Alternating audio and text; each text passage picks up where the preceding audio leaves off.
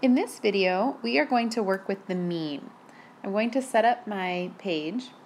Remember, we need one vertical line and one horizontal line to get our page organized. Let me go ahead and do that. And of course, in our top right-hand corner, we'll put the date and our topic. Let's call this topic Working with the Mean.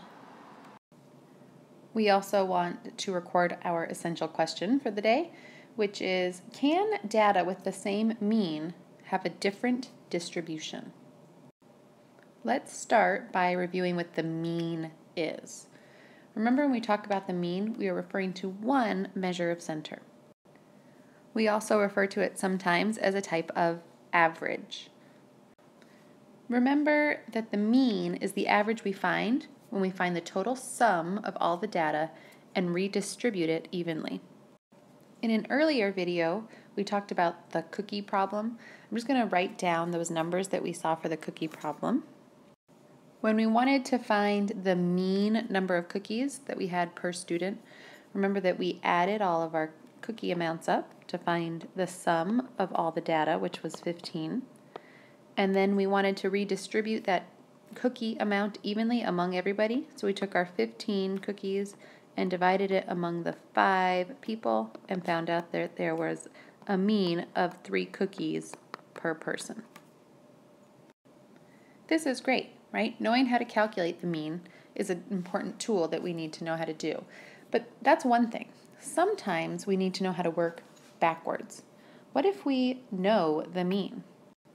Can we use the mean to work backwards to figure out what the original data was? To test this out, we're going to look at 2 line plots that represent the number of slices of pizza students ate according to a survey. Here we have the results of 2 different surveys. I've color-coded them here. So we have the red survey up here and the blue survey down here. Right? 2 different groups of people were surveyed. The number lines and the line plots representing the number of slices of pizza that students ate look different. However, they have the same mean. I'm going to go ahead and calculate the mean of each of these separately just to make sure. And you can do that too while I go ahead and do mine. So pause the video and find the mean of both sets of data. I have my first one done here. You can see that I added up the number of slices that each X represented, found out there were 24 slices of pizza eaten. I split that among the 6 people that I asked and found out there was a mean or average of 4 slices per student. I'm going to do the same thing with my second survey data. Here in my second survey, once again I added up the total number of slices that were eaten, right, and divided it among the people who ate all the pizza and found again that there was a mean of 4 slices per person. In both of these situations, the same number of people were interviewed, right? There were 6 people interviewed in both surveys, and because the same total number of slices was eaten, 24, right, we know that the 24 slices were distributed among the same number of people, therefore the mean was the same. This is true even though the line plots look slightly different. How else could we have seen the data if we know that 6 people ate a mean number or average number of 4 slices of pizza?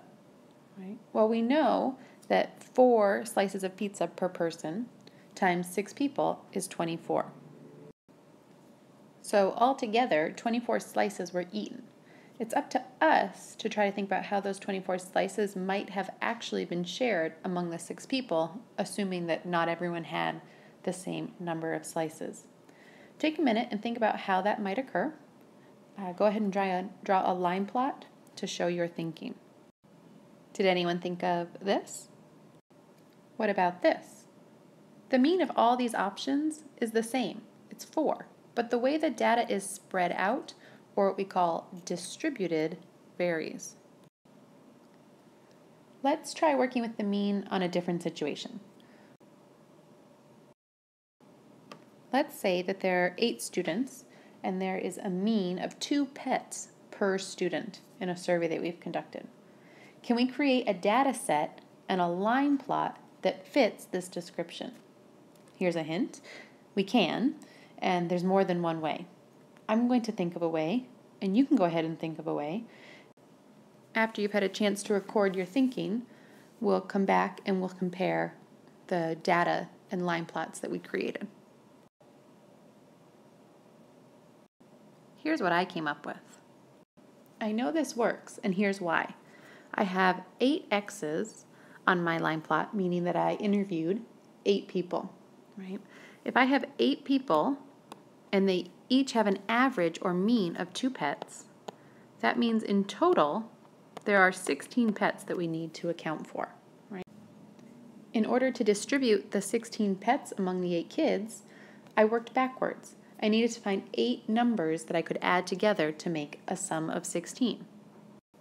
So I used 0, 1, 1, 1, 2, 3, 4, and 4 to make a total of 16 pets that I could then distribute among the 8 kids for an average of 2 pets per kid.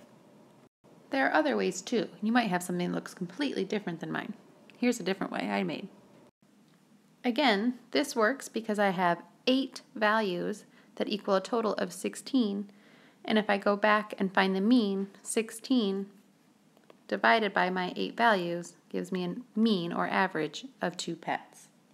This is a puzzle, right? We're just working backwards to find what will make a mean if we have 8 pieces of data.